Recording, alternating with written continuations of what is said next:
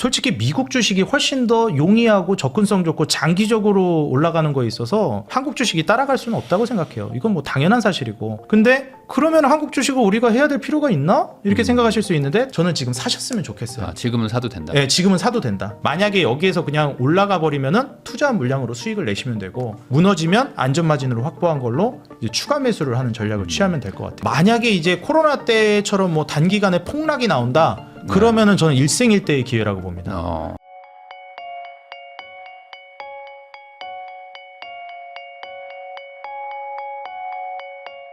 안녕하세요. 부익남TV의 부익남입니다. 오늘은 주식장인 유튜브 채널 운영하고 계시죠? 이창대 대표님을 모시고 최근 주식시장에 대해서 다양한 주제로 한번 이야기 나눠보도록 하겠습니다. 대표님 안녕하세요. 네, 반갑습니다.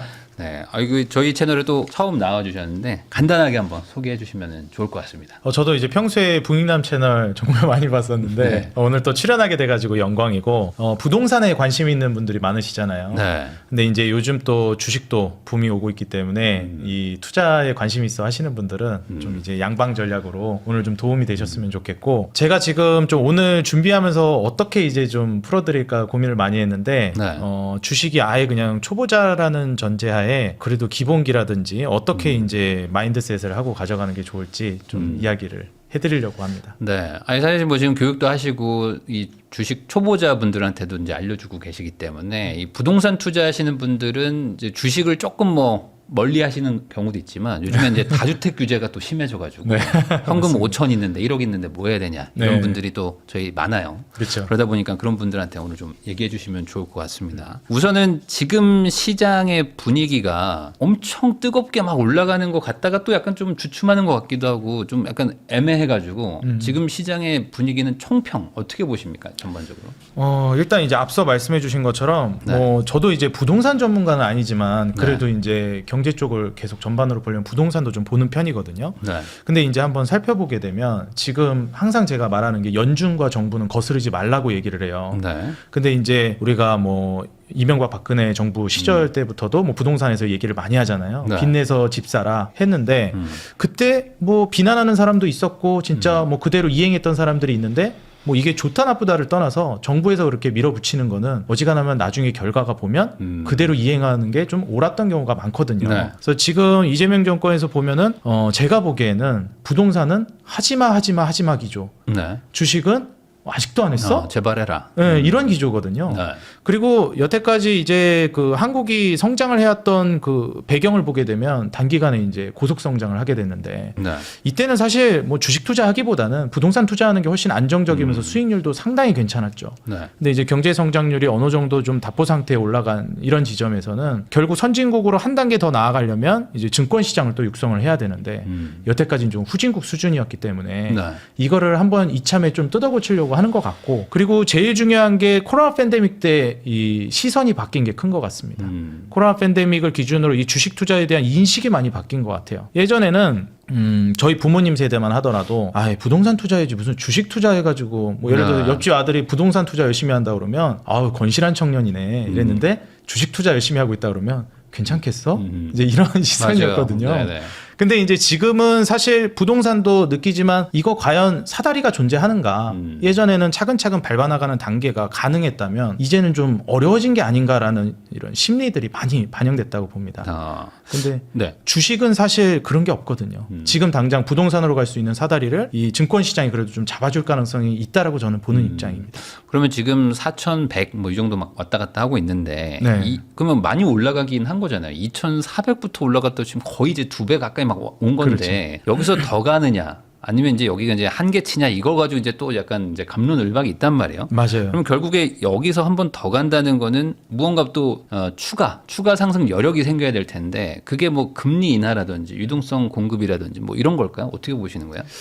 저는 일단 항상 이제 그 많은 투자자분들이 주식시장에서 오해하시는 게 부동산 투자도 이제 좀 많이 공부하신 분들은 이거 이해하시는데 조금 초반에 혼란을 겪는 게 결국 경기 사이클이랑 증시 사이클을 혼동을 많이 하세요. 네. 그래서 우리가 보통 투자 사이클이랑 이제 그 경기 사이클이랑 어느 정도는 별개로 봐야 하는데, 우리가 이제 잠시 제가 이제 준비한 걸 보면은 우리가 이제 많이 얘기하는 게 그 유럽 증권계의 대부 앙드레 코스톨라니가 이제 얘기하는 게 산책하는 개 이론을 많이 얘기합니다. 네. 그래서 여기에서 이제 얘기하는 게 주인이라는 이제 실물 경제랑 이제 개, 강아지가 이제 증시, 투자 시장이다. 이렇게 네. 이제 평가를 하면서 하나의 이제 실물 경제가 성장하는 방향성을 그려놨어요. 근데 우리가 이제 주인이 앞으로 한 방향으로 나아가고 있는데 강아지가 꼭 주인 방향으로 움직이진 않거든요. 그렇죠. 주인보다 뒤로 갈 때도 있고 주인보다 앞으로 갈 때도 있고, 이 변동성이 훨씬 크단 말이죠, 움직임이. 네. 그래서 사실 이제 우리가 실물 경제가 좀 좋아진다 하더라도, 혹은 뭐 다운 사이클을 그려도 이 강아지, 증시나 투자 시장이 화랑을 보여주는 경우가 많습니다. 네. 그럼 이제 많은 투자자분들이 혼란을 겪으세요.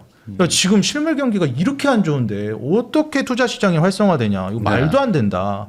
근데 우리는 코로나 때 경험했죠. 그 말도 안 되는 폭등장이 나왔단 말이에요.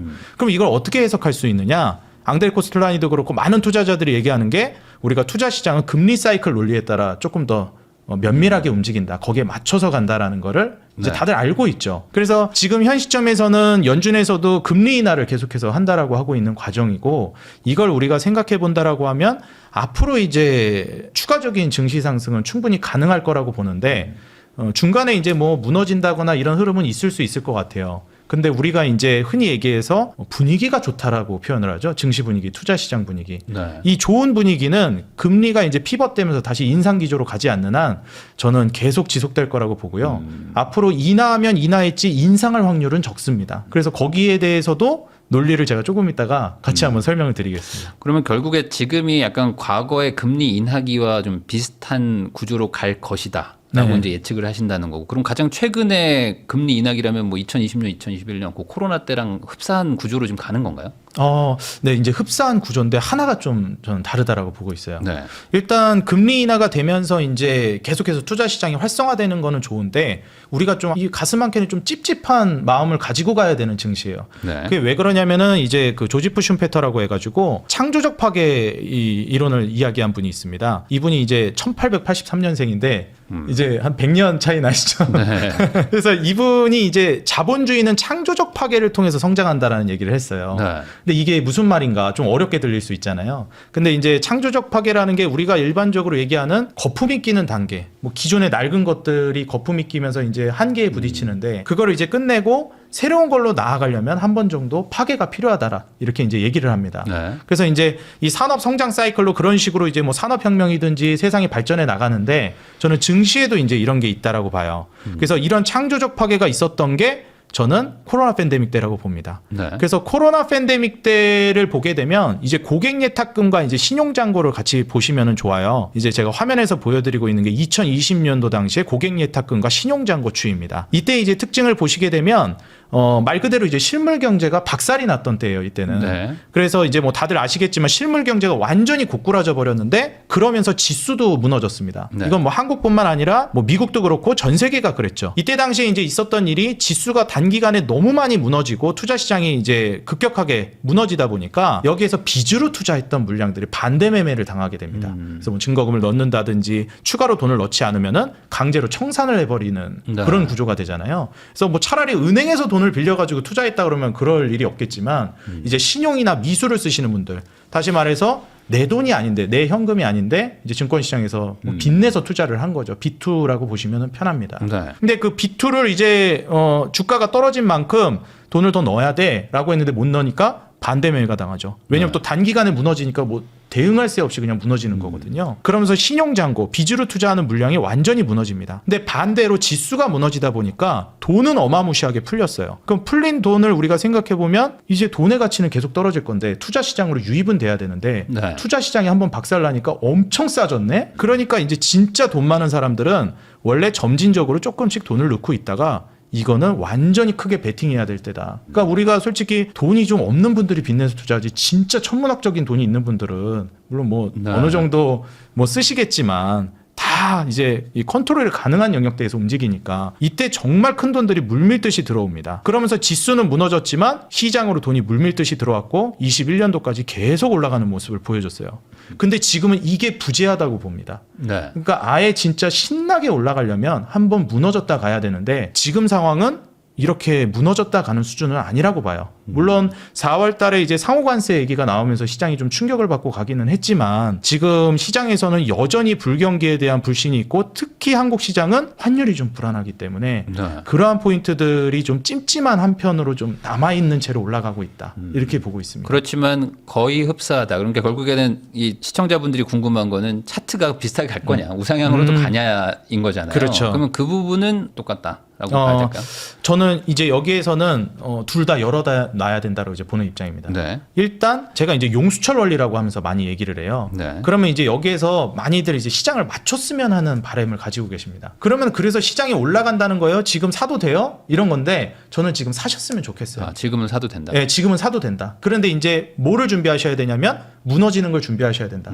그럼 이제 무슨 생각을 하시냐면 아니 무너지는 걸 준비할 거면 왜 사요? 이러시는데 네. 항상 이제 말씀드리지만 우리가 이제 경제적 에어백을 좀 확충을 해놔야 된다고 말씀드려요. 돌발 악재라는 건 코로나 팬데믹 같은 악재는 이제 언제 올지 모르는 것이고 네. 예측할 수 없는 범위라고 보거든요. 우리가 이제 경제가 연착륙할지 경착륙할지 알 수가 없기 때문에 어느 정도는 좀 대비하는 게 좋겠다. 차라리 무너지면 그때부터 강력하게 들어가도 되는데 지금은 현금이라든지 금 같은 안전 마진을 확보한 채로 투자를 하라고 말씀드리고 싶어요. 네. 그러면은 이제 그냥 이제 무너지면 들어가면 안 될까요? 하시는 분들이 있는데 안 무너지면 이제 소외되는 거고 네. 그리고 만약에 이제 무너지면은 대응이 안 됩니다. 그래서 저는 투자는 하시되 만약에 여기에서 그냥 올라가 버리면은 투자한 물량으로 수익을 내시면 되고 무너지면 안전 마진으로 확보한 걸로 이제 추가 매수를 하는 전략을 취하면 될 것 같아요. 그럼 주식에 대한 비중을 뭐 100%가 아니라 좀 낮춰라. 네. 이런 거지 그 시장에서 돈을 다 빼라라는 얘기는 아니다. 그렇죠. 그러면은 제일 이해하기 쉽게 지금 코스피 한 4천인데 그러면 5천 뭐 6천 뭐 이렇게도 갈 거라고 이제 보시는 거로 저는 알고 있거든요. 네, 맞습니다. 저는 뭐 5천, 6천이 지금 뭐 간다 이렇게 이제 보는 것도 물론 중요하지만 시선을 좀 이제 길게 한번 보셨으면 좋겠는데 네. 금리 인하 국면에서는 투자는 저는 매우 필수라고 보고 있습니다. 왜냐면 현금이 뭐 빠르게 녹아내리기 때문에 근데 이제 앞서서도 말씀드렸지만 지금의 이제 정권 기조는 부동산은 하지마. 네. 주식은 아직도 안 했어? 하면서 이제 계속 육성을 하고 있는 단계예요. 물론 환율적인 부분, 불안한 부분 여러 가지가 있겠지만은 그게 만약에 무너지는 흐름으로 나오게 된다라고 하면 오히려 더 사야 된다고 봅니다.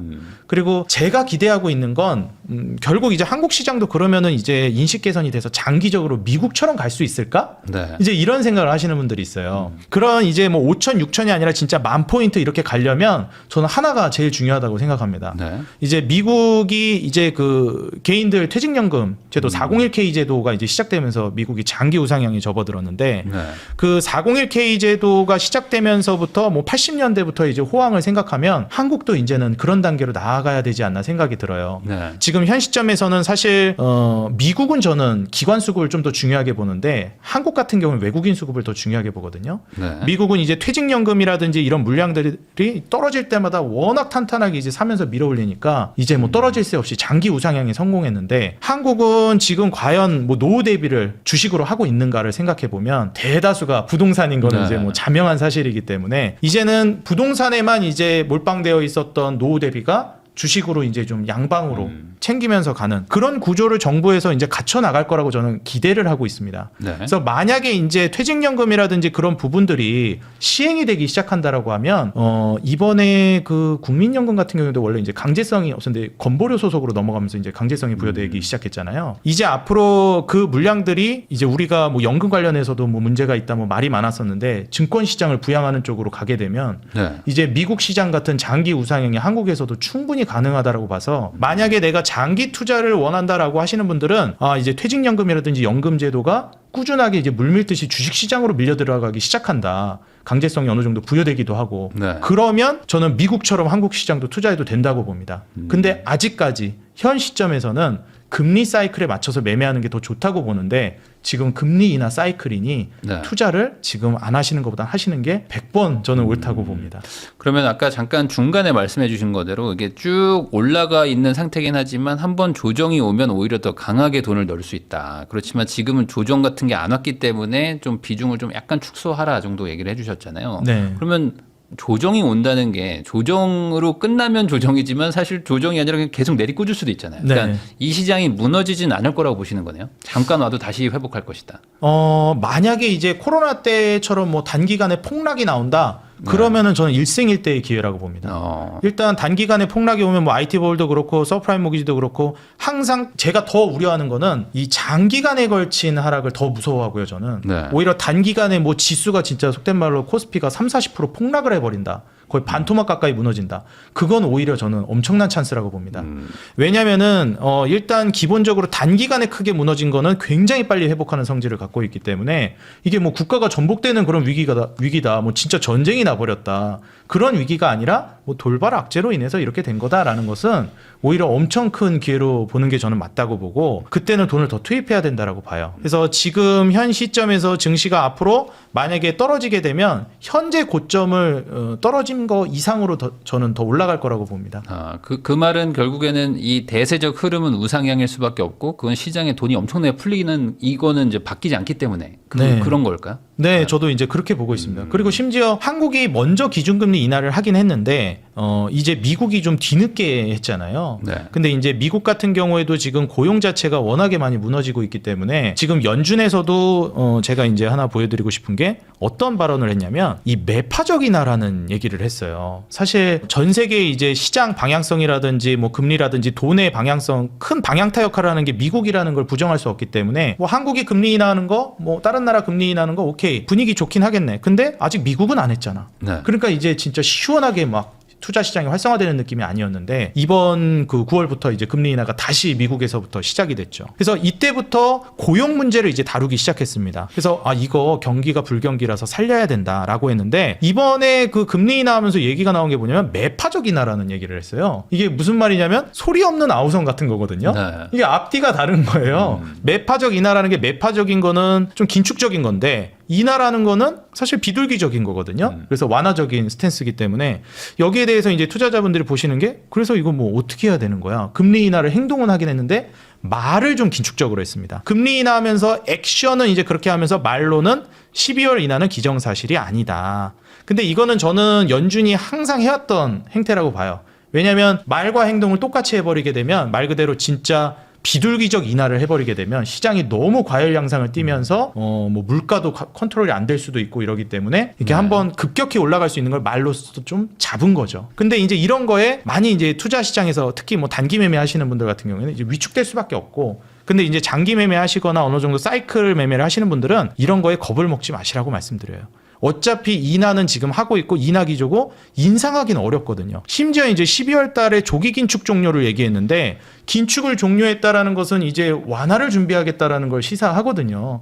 그럼 이제 앞으로 진짜 금리 인하 플러스 완화까지 진행된다. 본격적으로 돈을 찍어내는 단계까지 가게 된다 그러면 이 미국에서부터 이제 천문학적인 돈이 풀려나오기 시작하면서 한국까지 낙수 효과를 볼 거라고 생각합니다. 그러면은 이렇게 지금 전반적인 상황 자체는 돈이 많이 풀리기 때문에 돈값 하락에 의한 자산 가격의 이제 상승이 이제 예견이 되는 거고 네. 다만 한번 조정이 올 수도 있으니까 그렇죠. 너무 많이 이제 돈을 태우진 말라. 네. 일부 좀 분할 매수를 하는 개념으로 네. 그렇게 이제 정리를 할 수 있겠네요. 네. 그 환율 얘기가 요즘에 계속 나오거든요. 환율이 맞습니다. 지금 뭐 1,470원 오늘 뭐 돌파했다 뭐 이런 얘기들이 나오고 있는데 네. 환율이 올라가는 건 투자 시장에 어떤 영향을 준다고 봐야 됩니까?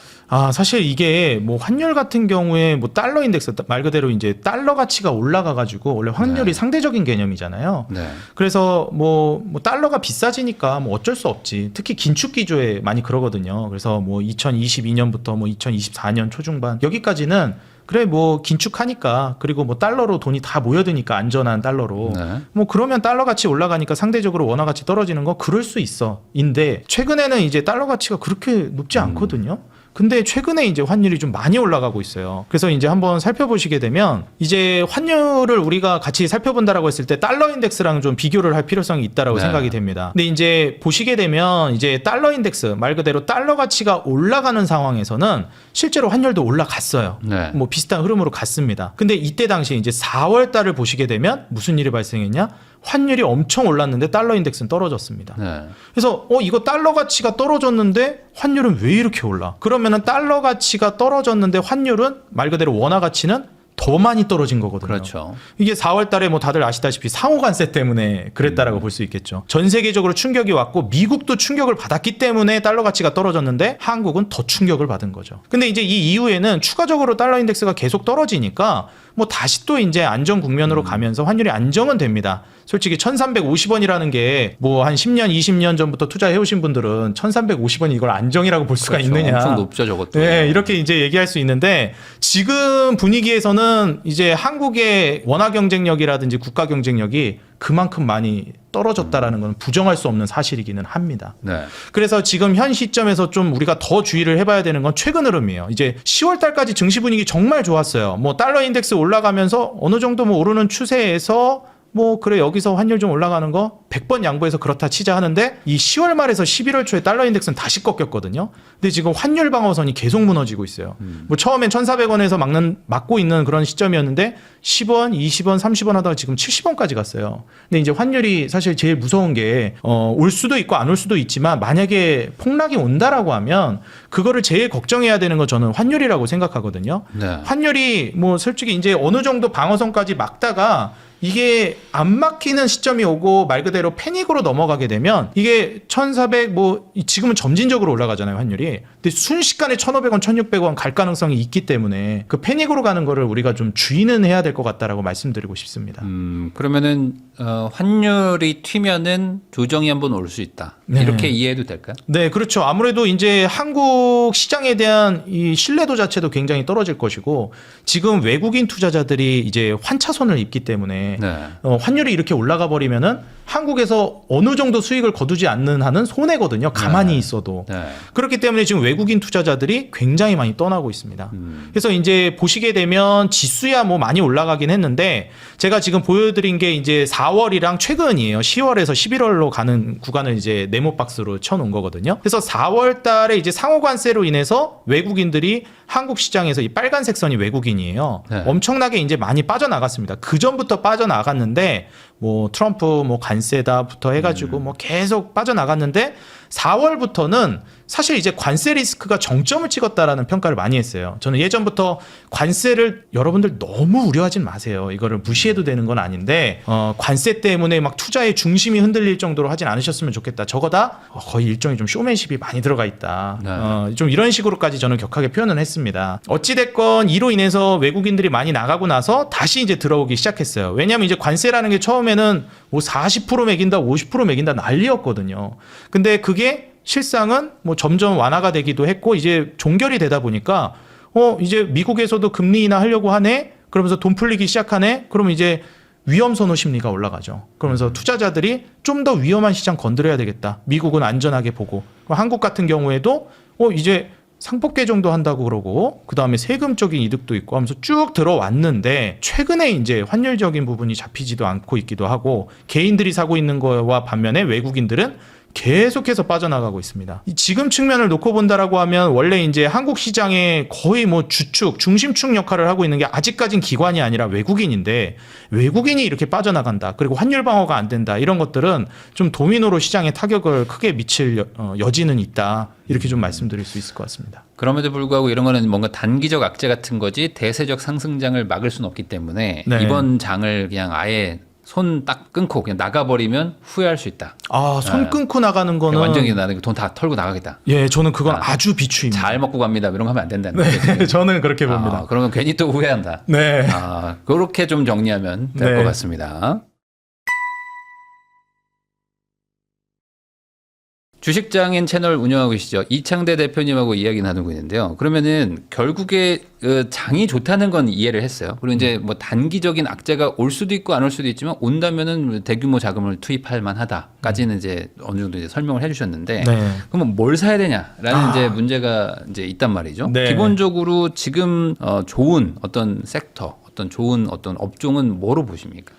저는 일단 이제 뭐 여러 가지가 있는데 투자 포트폴리오를 구성한다 그러면 저한테 이제 어떻게 구성하실 건가요? 물어보면 저는 역시 AI는 들어가야 된다고 봅니다. 네. 그리고 이제 AI 다음으로 꼭 들어가야 되는 게 지금 영상 촬영하고 있는 날 기준으로 제약바이오는 아주 필수라고 보고 있어요. 제약바이오. 심지어 지금 촬영하고 있는 날이 이제 11월 12일 기준인데 지금 이게 아주 중요한 날입니다. 네. 아주 상징적인 포인트가 발견된 날이에요. 그래서 이 날을 기점으로 저는 제약바이오는 꼭 봐야 된다라고 하는 입장이고요. 그 다음에 이제 추가적으로 본다라고 하면 지금 좀 많이 소외되어 있는 경기 민감 업종들, 자동차라든지 뭐 네. 화학, 2차 전지 이런 쪽을 이제 앞으로 좀 보고 마지막 피날레로서 인프라를 봐야 된다라고 생각합니다. 근데 지금부터 저는 인프라를 진입하는 거는 좀 이르다라고 저는 보는 입장이라 아직까지는 인프라를 진입하지는 않으셔도 될 것 같다. 그래서 일단은 제약바이오 그 다음에 뭐 AI, 그 다음에 이제 그 자동차나 이제 2차 전지 화학 섹터 같은 네. 이런 쪽을 구성하는 거를 권장드리고 싶습니다. 우선 AI 좋은 건 지금 다들 아시기 때문에 그렇죠. 제약바이오가 왜 지금 중요한 지금 시점인지 설명부터 해주시면 좋을 것 같습니다. 네, 알겠습니다. 제가 이제 요 영상을 찍으러 오는 요 날짜 전날 밤에 이제 그 미국 지수가 이제 그 움직였죠. 네. 그때 이제 나스닥 생명공학 지수가 드디어 코로나 팬데믹 때 고점을 돌파했습니다.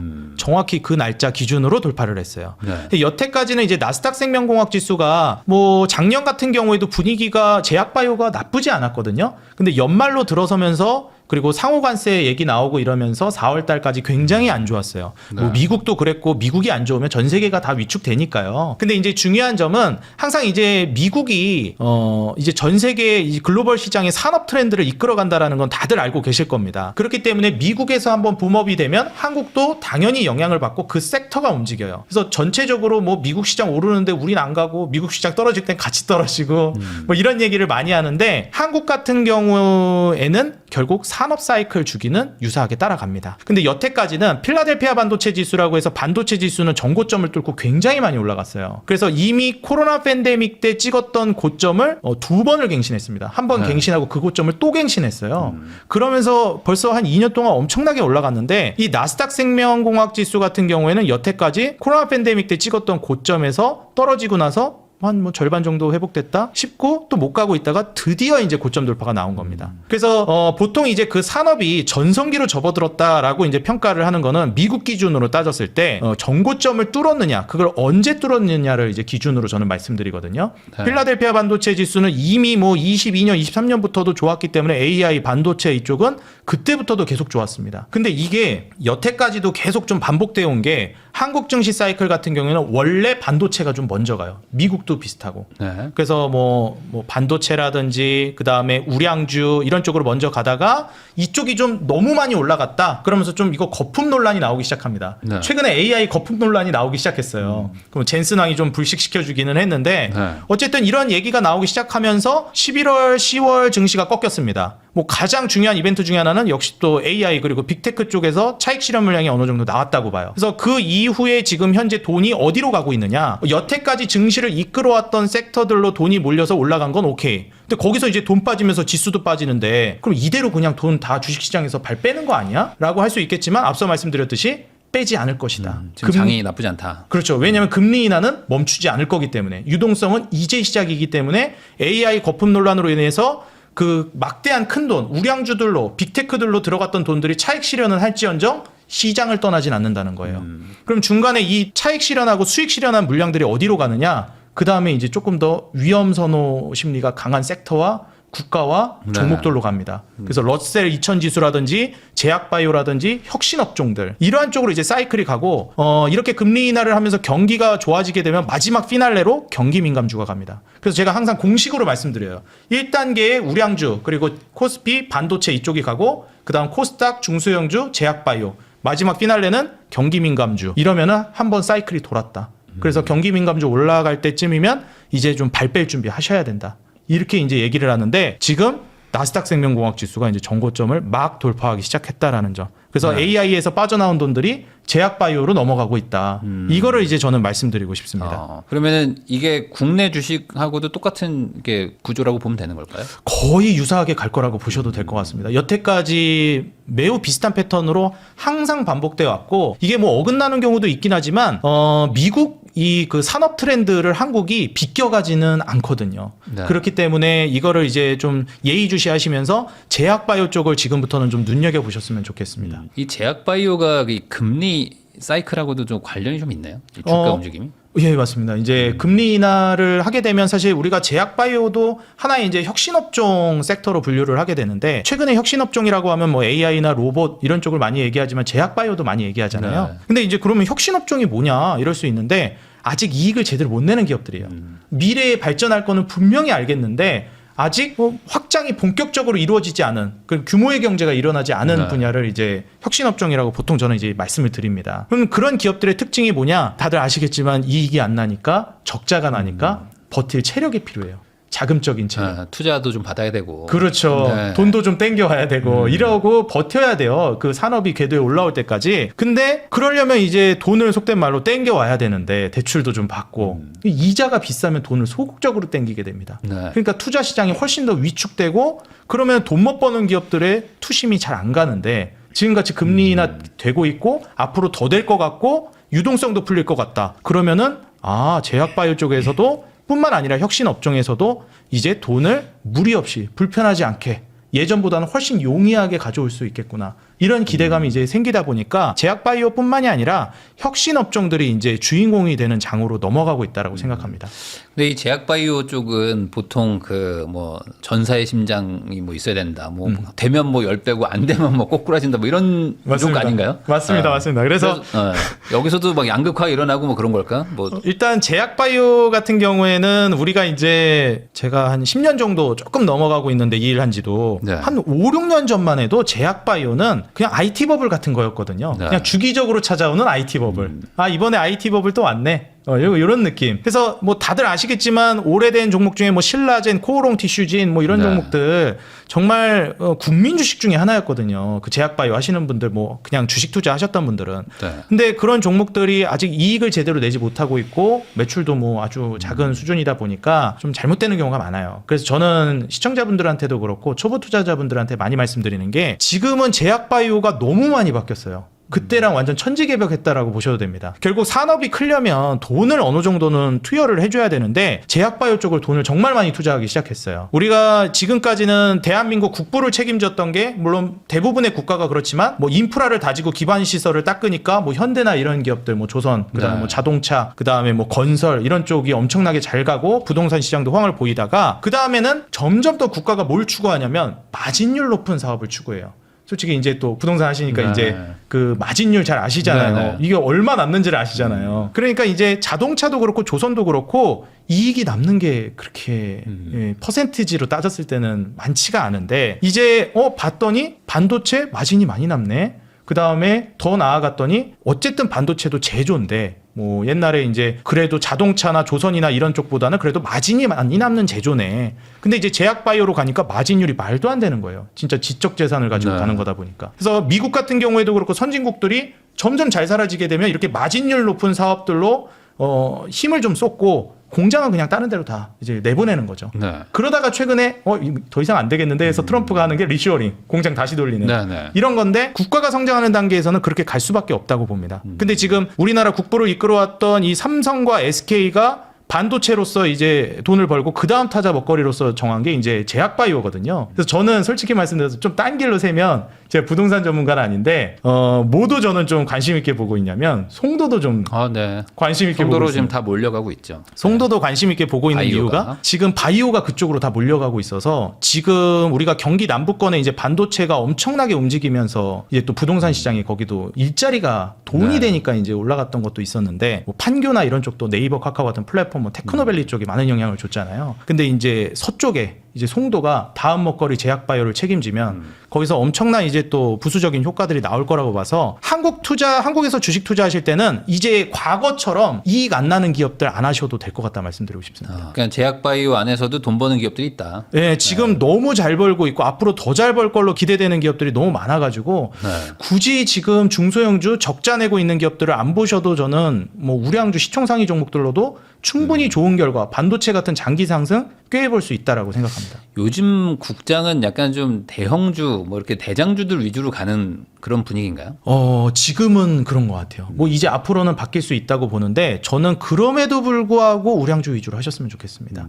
왜냐면은 뭐 앞서 말씀드린 거랑 좀 다르기는 한데 다른 말이긴 한데 아니 이제 중소형주 코스닥 제약바이오로 이제 돈이 이동한다면서 왜 아직도 우량주를 보라고 하냐 이럴 수 있는데 섹터는 뭐 코스닥이나 아니면 특히 산업으로 봤을 때 제약바이오로 넘어가는 거는 추종하시되 그 안에서는 저는 이제 중소형주 그리고 적자 나는 기업 보지 않으셨으면 하는 게 이게 투자할 때 항상 헤징을 잘해야 되는데 제가 항상 말씀드리는 게 어느 정도 리스크가 낮은 종목이라든지 산업은 큰 돈을 투자하시라 그래요. 근데 리스크가 좀 상대적으로 굉장히 높고 기대 수익률이 높은 종목들은 소액으로 들어가라고 합니다. 그래서 이게 수익률로 승부를 봐야 되는 종목에 이제 사람이 진짜 욕심이 올라가니까 수익률에 눈이 멀어서 저거 내가 얼마 넣었으면은 얼마 먹은 건데 막 이렇게 되면서 막 이성을 잃고 투자하시는 분들이 있는데 제약바이오는 애초에 앞서 말씀드렸듯이 그 섹터의 성질 자체가 고위험 섹터군에 속합니다. 그렇기 때문에 이러한 섹터 안에서는 더 리스크를 지는 거를 권장드리지 않아요. 제약바이오 섹터라는 고리스크 섹터를 투자하실 때는 이제 어느 정도 실적을 탄탄하게 받쳐주는 종목들로서 헤징을 좀 하시는 전략을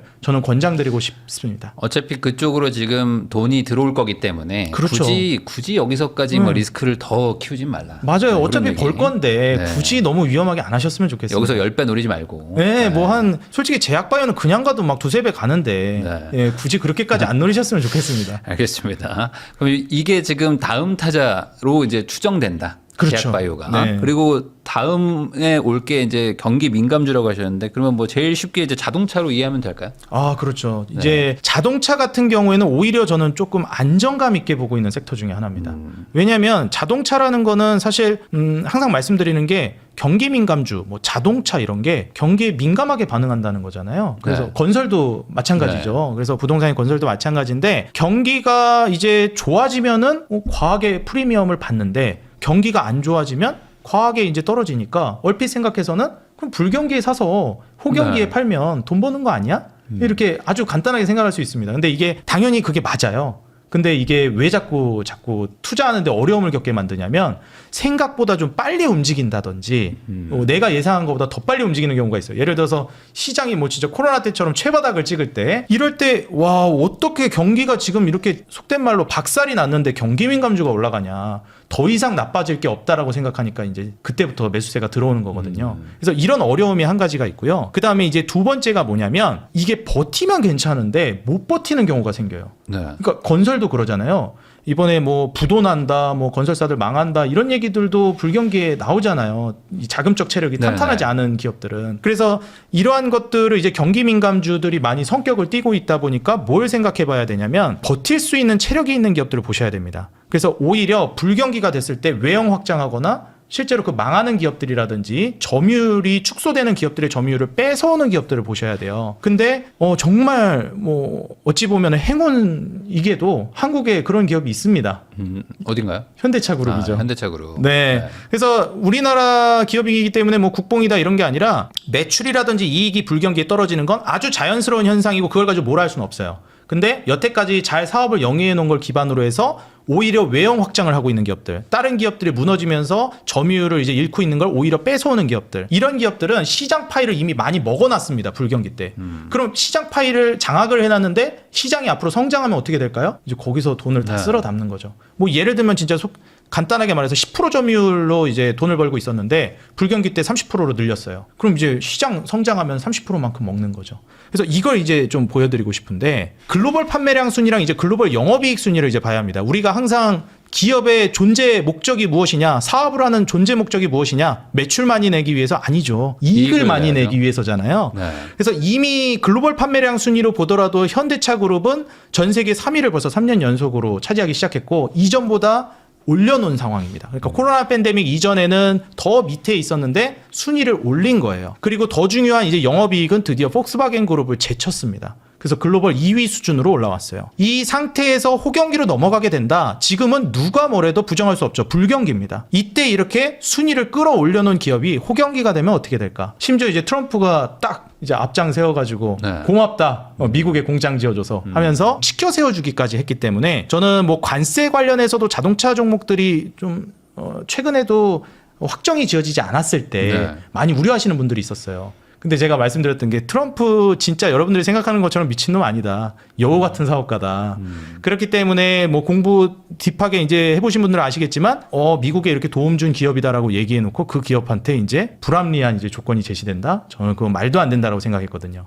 오히려 저는 관세가 한국 입장에서는 이득을 보는 기업들이 꽤 있다라고 보는 입장 중에 한 명입니다. 왜냐면은 이제 중국한테 밀려난 산업들이 꽤 많거든요, 한국이. 근데 이제 중국이 뭐 저가라든지 이런 것들로 막 치고 올라오는 게 있었는데 중국을 좀 견제하면서 우방국들은 상대적인 관세 우위를 점하기 때문에 물론 비용이야 나가겠지만 그걸 이제 상쇄하는 세제 혜택이라든지 뭐 지원이라든지 추가적으로 경쟁 국가들을 제칠 수 있다라는 측면에 있어서는 저는 이번에 관세가 특정 어떤 기업들에게는 오히려 더 많이 도약할 수 있는 큰 기회가 될 거라고 보고 있고 그 중에 하나가 현대차 그룹이라고 봅니다. 그래서 물론 제약바이오보다 먼저 갈 것 같진 않아요. 네. 제약바이오 항상 말씀드렸듯이 순서가 있다 말씀드렸죠. 반도체, 제약바이오, 경기민감주. 그래서 자동차는 제약바이오 다음 타자가 될 거라고 보고 있기 때문에 사실 제약바이오는 지금 막 올라가는 순서에 올라타는 추세에 추종해서 가는 전략이고 선취매 전략으로는 저는 자동차를 아주 현대차 그룹을 아주 좋게 보고 있는 입장이라 구독자 여러분들도 주의 깊게 한번 보셨으면 좋겠습니다.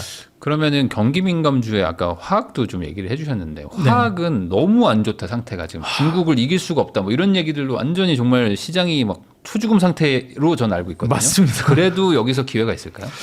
저는 아까 말씀드린 그 관세적인 부분에 있어서 상대적으로 좀 올라설 수 있지 않을까를 개인적으로 기대하고 있어요. 그리고 지금 이번에 2026년 수출 전망 이제 업종별로 좀 나오기 시작했는데 이때 지금 한창 대한민국 증시를 이끌었던 섹터들이 보이기는 하죠.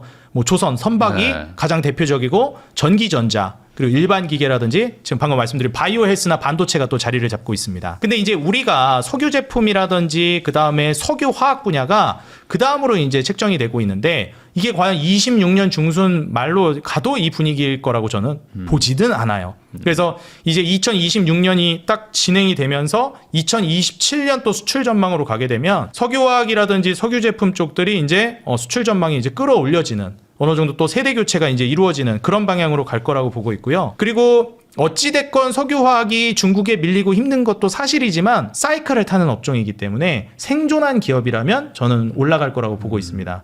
근데 이제 또 주인공이 누가 되느냐는 다르기는 할 것 같아요. 뭐 코로나 팬데믹 때 주인공이 됐었던 뭐 효성 첨단 소재 같은 경우에도 네. 천문학적인 상승을 보여줬거든요. 그래서 화학 종목들 그때 당시 뭐 S-오일도 그렇고 석유화학이나 석유 제품들 나쁘지 않은 흐름을 보여줬기 때문에 사이클 흐름을 노려본다라고 하면 지금 지점에서 저가 매수하기에 굉장히 좋은 흐름이라고 보고 있습니다. 제가 좀 주목해 보고 있는 건 외인 매수세가 좀 집중되는 걸 보셨으면 좋겠는데 2차 전지 쪽이 먼저 좀 들어오기는 해요. 역시 좀 네. 주인공 역할을 하기 때문에 그래서 2차 전지에서 이익 드라이브가 가장 먼저 걸리기 시작하는 기업들 저는 이제 LG 에너지 솔루션이나 삼성 SDI 특히나 LG 에너지 솔루션을 가장 빠르게 이익 드라이브가 이제 걸리고 있는 기업으로 보고 있기 때문에 이런 기업들 같은 경우에는 지금부터 공략을 해나가신다라고 하면 저는 선취매 전략으로 괜찮다고 봅니다. 좀 오르지 않았나요? 예, 맞습니다. 올랐다가 좀 조정이 나오고 있는 단계예요. 그래서 아직 뭐 전성기라고 볼 수는 없겠지만 제약바이오가 아마 주인공 역할을 하고 있을 텐데 그 시간 동안 뒤에서 이제 천천히 밑작업이 차트가 형성되면서 뭐 되지 않을까 내다보고 있습니다. 네. 그러면은 2차 전지나 화학도 뭐 좀 중장기로 보고 차근차근 좀 모아가는 전략은 나쁘진 않다. 네, 저는 그렇게 보고 있습니다. 물론 이제 뭐 주도주는 조금 뒤에 오겠지만 뭐 그래도 어쨌든 뭐 미리미리 사놓으면은 나중에 결국에 이제 싸게 사놓은 거니까. 그렇죠. 뭐 이제 수익은 좀 클 수도 있다. 이 얘기를 해주셨고 조선 원전 뭐 이런 지금 잘 나가고 있는 곳들은 그러면 반대로 너무 많이 올랐기 때문에 이제 조금 좀 이제 꺼려해야 되는 건지 아니다. 아직은 좀 더 남았다. 어떻게 보십니까? 솔직히 이제 조선이랑 그 다음에 원전이랑 방산. 방산이랑 네. 조방원이라고 한창 떴잖아요. 네. 근데 솔직히 제가 이제 뭐 방송 활동하기도 하고 쭉 하면서 조선은 예측을 미리부터 많이 해드렸었어요. 네. 한 공부를 그때 뭐 제가 우연찮게 하게 된 건지 열심히 하다가 또 조선을 발견하게 됐었어요. 리포트 자료 보면서. 그래서 19년도 당시부터 이제 19년 말 정도부터 조선은 꼭 사야 된다라고 뭐 TV 방송에서도 그렇고 여기저기서 정말 말을 많이 하고 다녔는데 방사는 개인적으로 좀 놓쳤습니다, 제가. 네. 그리고 이제 원전이 뒤늦게 움직임이 시작됐어요. 근데 이 조방원이라는 세 개 섹터의 공통점을 항상 제가 강조드리는데 이게 중후장대 산업이고 산업주기 사이클 자체가 굉장히 깁니다. 그래가지고 지금 주식 이거 시청하시는 분들 중에 한 뭐 20, 30년 이상 주식하시는 분들 중에 네. 조선이라고 하면 학을 떼시는 분들이 있어요. 물리면 뭐 10년, 그렇죠. 15년 물려버리니까. 10년 가니까. 네, 그래서 우리가 이전에 진짜 실제로 10년, 15년 전에도 너무 안 좋은 모습을 보여줬죠. 그래서 19년도 당시에 제가 얘기할 때도 젊은 친구가 뭘 모른다 뭐 댓글에 이런 것들도 있었어요. 내가 조선업에서 실제로 일하고 있는데 네. 지금 난리도 아니다. 너무 안 좋다. 너무 안 좋다. 근데 항상 말씀드리지만 창조적 파괴, 동트기 이전 새벽이 가장 어둡다. 그리고 구조조정 나오고 기업이 체질 개선하기 시작하면 그때부터는 달라진다. 근데 그 체질 개선한다라는 게 결국 수출이라든지 수주가 쌓일 수 있는 구조가 갖춰지면서 그게 이제 말 그대로 구조 개편이 이루어져야지 그게 없으면 안 되는데 조선은 그게 있었거든요. 국제회사기구 IMO에서도 이제 친환경 규제로 올라가기 시작하면서 네. 한국의 조선 경쟁력이 계속 이제 수출 순위가 올라가고 있는 단계였습니다. 근데 다시 이제 돌아와서 말을 드리자면 이 세 가지 섹터는 산업주기 사이클이 길기 때문에 한번 올라가기 시작하면은 단기간에 끝나기는 어렵습니다. 그래서 지금 조선이라든지 방산이라든지 특히 뭐 전력 인프라 같은 경우에도 움직임이 시작된 지가 꽤 됐어요. 뭐 한 네. 4년? 5년? 뭐 이 정도는 된 것 같습니다. 그래도 최소한 몇 년이 됐기 때문에 물론 저는 여기서 끝날 거라고 보지는 않아요. 개인적으로. 어느 정도 추가적인 슈팅은 나올 거라고 보는데 과연 이걸 신규 진입을 해도 되는가라고 보면 저는 좀 추천하지 않는 편입니다. 그런데 원전은 좀 다르게 봐요. 왜냐하면 일단 원전 같은 경우에는 방산이나 조선 대비해가지고 좀 뒤늦게 올라간 감이 있고요. 지금 1차 파동 이후에 2차 파동을 막 전개해 나가고 있는 단계입니다. 근데 조선이라든지 방산, 전력 인프라 같은 경우에는 2차 파동 수준이 아니라 뭐 3차, 4차, 5차 엄청나게 올랐거든요. 네. 그래서 지금 최근에 이제 그 AI 모멘텀이 살짝 위축되면서 조정이 아마 나올 것 같아요. 원전도. 그러면 이번 조정을 저는 기회 삼으셔가지고 분할 매수를 하면 결국 장기적으로 AI가 지금 전혀 고점 논란이 나오고 있지 않고 아직 그 인프라를 다 갖추지도 못했기 때문에 AI 인프라 갖추는데 짧게 1, 2년 한 3, 4년을 내다보더라고요. 그 AI 산업이 꼽히려면 지금 미국만 하더라도 아직 한참 남았는데 전 세계로 펼쳐질 걸 생각하면 원전은 지금 구간에서는 대체가 없기 때문에 저는 앞으로 올라갈 여지도 많다고 보고 그리고 또 하나가 원전이라는 사업이 그냥 돈 되니까 아무나 들어올 수 없는 산업이라는 게 좀 큽니다. 네. 예, 이게 사실 규제적인 부분에서도 너무 까다롭고 구력이라고 하긴 좀 그런데 업력이라든지 그렇죠. 이런 것들이 중요하기 때문에 여태까지 해왔던 파이프라인 심지어 최근에 탈원전으로 갔던 그 기조도 결국에는 안전 문제, 사고 문제 이런 거였잖아요. 그래서 더 진입하기가 어려워졌어요. 그래서 우리가 보통 해자라고 얘기하죠. 네. 우리가 이제 산업들을 좀 좋게 보는 것들 중에 하나가 경쟁 기업들이 치고 들어오질 못하네. 이러면 이제 좋게 보잖아요. 독점권이 있는 거. 근데 원전은 거의 뭐 지금 독점은 아니어도 진짜 과점에 해당될 수 있을 만한 시장이고 그 해당 기업들 원래 사업을 영위하고 있는 기업들끼리 시장 파이를 다 먹는 구조기 때문에 앞으로 성장성이 많이 남아있고 이제 올라가기 시작한 초입 단계라고 봤을 때 뭐 이제 한 뭐 1년? 2년 차로 접어드는 단계니까 조정이 나온다라고 하면 저는 기회로 보시면서 담아나가는 게 좋을 것 같습니다. 근데 이게 좋은 회사와 좋은 주식은 좀 다르다 이런 얘기처럼 이게 지금 뭐 PER 뭐 이런 걸 보면 뭐 엄청 높긴 높잖아요. 또 뭐. 맞아요. 그러니까 미래에 벌 걸 다 땡겨가지고 이게 주가에 반영됐다 뭐 이런 얘기들도 들으면 지금 사가지고 큰 돈 버나 뭐 이런 생각들도 들 것 같기도 한데 그럼에도 불구하고 지금 말씀하신 조방원은 나쁘진 않을까요? 저는 나쁘지 않다고 봐요. 그럼 실적이 엄청나게 더 좋아질 거라고 보시는 거네요. 그렇죠. 뭐 사실 이제 그 지금 조선 같은 경우만 예로 들어도 그렇게 주가가 많이 올라갔는데도 이게 그렇게 고평가되어 있지는 않습니다. 제가 이제 그 이게 비싸냐 싸냐를 이제 얘기할 때도 많이 얘기하는 게 저 PER이면은 싼 거 아니에요? 이렇게 말씀하시는 분들이 있어요. 네. 근데 저 PER의 함정에 빠지지 말라고 많이 말씀드려요. 왜 그러냐면 그러면 진짜 싼 게 비지떡이거든요. 그래서 마크 미너비니라는 이제 그 저자가 미국 이제 저명한 투자자가 이제 좋은 주식은 헐값에 팔리지 않는다 이런 얘기를 해요. 그럼 네. 좋은 주식이라는 건 뭐냐? 제가 아까도 말씀드렸듯이 선진국들이 원하는 것들, 이제 마진율이 높은 사업들이거든요. 근데 이제 업종 특성상 마진율이 안 높은 산업들이 있습니다. 자동차나 조선, 중후장대 산업들처럼.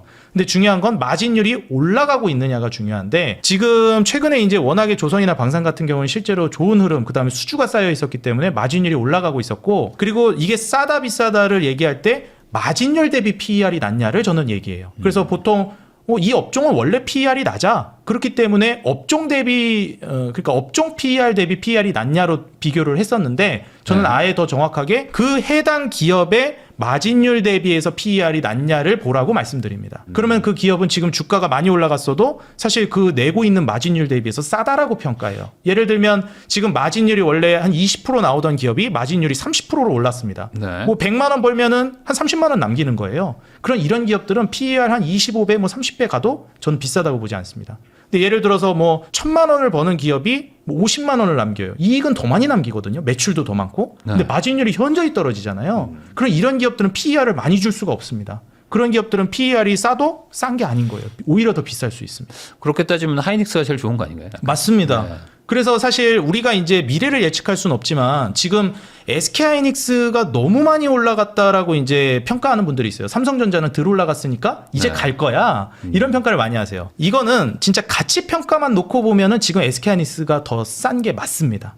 왜냐하면 지금 마진율이 삼성전자 대비해서 뭐 지금 제가 기억은 안 나는데 훨씬 높아요. 뭐한 4, 50%씩. 예, 40, 50% 정도 되니까 삼성전자가 20% 정도 되니까 2배 되거든요. 네. 근데 지금 삼성전자 PER보다 SK하이닉스 PER이 심지어 PER도 더 낮아요. 네. 그래서 주가가 많이 올라갔다? 그러면 뭐 기술적으로는 고점이라고 얘기할 수는 있겠지만 과연 그 기업이 벌고 있는 돈을 생각해보고 이익 구조를 생각해본다라고 하면 그거를 고점이라고 얘기할 수 있는가? 물론 이제 삼성전자가 여태까지는 뭐 SK하이닉스의 그 AI 반도체 패권 경쟁에서 밀려서 프리미엄을 다 뺏겼다라고 볼 수는 있겠지만 앞으로 이제 바뀌어진다라고 하면 또 미래의 상황은 바뀔 수는 있겠죠. 근데 현 시점에서 누가 더 싸고 사기에 매력적인 주식이냐를 놓고 보면 저는 둘 다 좋다고 보는 입장이지만 SK하이닉스가 더 매력적인 가치 투자 종목이라고 보고 있는 입장입니다. 그러니까 주가가 올랐다고 해서 비싼 거라고 판단하는 것도 문제다. 그렇죠. 네, 이렇게 얘기를 해주신 것 같아요. 그럼 로봇주 쪽은 어떤가요? 로봇주.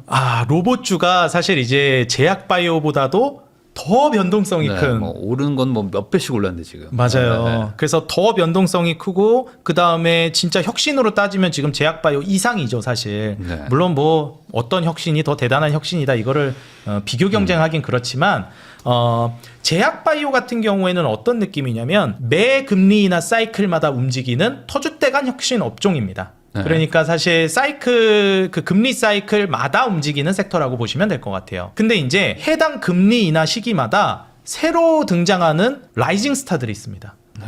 그래서 여태까지는 주기적으로 금리 인하 사이클마다 움직이지 않았던 업종인데 그 시기에 그 금리 인하 시기에 혁신이 이루어져 가지고 엄청난 산업 확장이 이루어진 산업들. 2020년 코로나 팬데믹 때 주인공은 누구였느냐? 다들 아시겠지만 2차 전지였습니다. 네. 그때 이제 금리 인하 사이클과 맞물린 거예요. 이제 2차 전지 전기차가 이제 확장되는 시기하고. 근데 지금은 이제 뭐가 맞물리는 시기냐면 로봇이 맞물리는 시기입니다. AI가 맞물리는 시기이기도 하고요. 이게 로봇이 저는 이제 앞으로 굉장히 좋을 거라고 보는 이유 중에 하나가 금리 인하 이번 사이클에 2차 전지가 코로나 팬데믹 때 금리 인하 사이클 주인공이었다면 이번 라이징 스타 주인공은 저는 로봇이라고 보고 있습니다. 물론 AI의 한 카테고리로서 묶어가지고 AI가 라이징 스타 라고 볼 수는 있겠지만 이게 AI 관련된 종목들 안에서 전통적인 종목들이 꽤 많아요. 뭐 반도체 같은 경우에도 사실 라이징 스타라고 보기는 어렵거든요. 근데 이제 로봇 같은 경우는 완전히 라이징 스타입니다.